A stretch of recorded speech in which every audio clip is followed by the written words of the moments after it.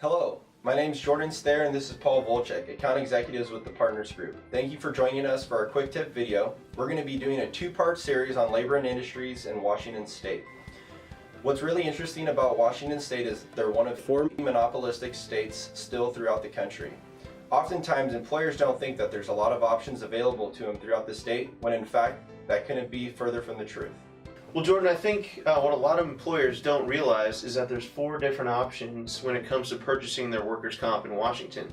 The first one is probably the most common. Employers buy it directly from L&I. The second one is the group retro, and that's what we're going to talk most about today because I think there's the most cost-saving opportunity at that level. The third is individual retro, and then the fourth, depending on size, would be whether or not you qualify for self-insurance.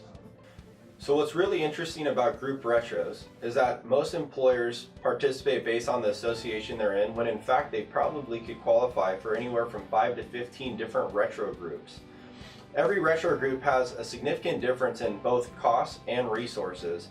Sometimes these factors can include things such as what's the overall risk factor of that retro group, the overall group's profitability, what's the size of the group you're participating in, and what are the administration and membership dues. All these things play a factor in the premiums you're paying on an annual basis, and what we've seen is that through the proper feasibility analysis, we can actually reduce costs up to 40% by placing you in the appropriate group. Yeah, Jordan, you brought up a really good point that admin costs can be in addition to the membership fees on an annual basis. And I also want to point out that probably the best resource you could get from your retro group provider, that TPA, is great service and advice when it comes to how to handle a claim that involves lost time.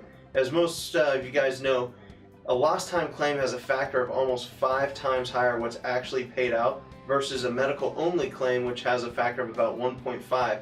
If you can stay away from those paid time losses, even handle those out of pocket, you can save a lot of money potentially in the long run. So what's the takeaway today? The first is that your broker needs to play a role in helping you evaluate your workers' compensation program on an annual basis. The second is there's quite a few options through the state of Washington that you might not be aware of that could have a significant impact on your overall cost. Again, it's Paul and Jordan with the Partners Group. That's tips and tricks, part 1 of the L&I series. We look forward to seeing you back for number 2.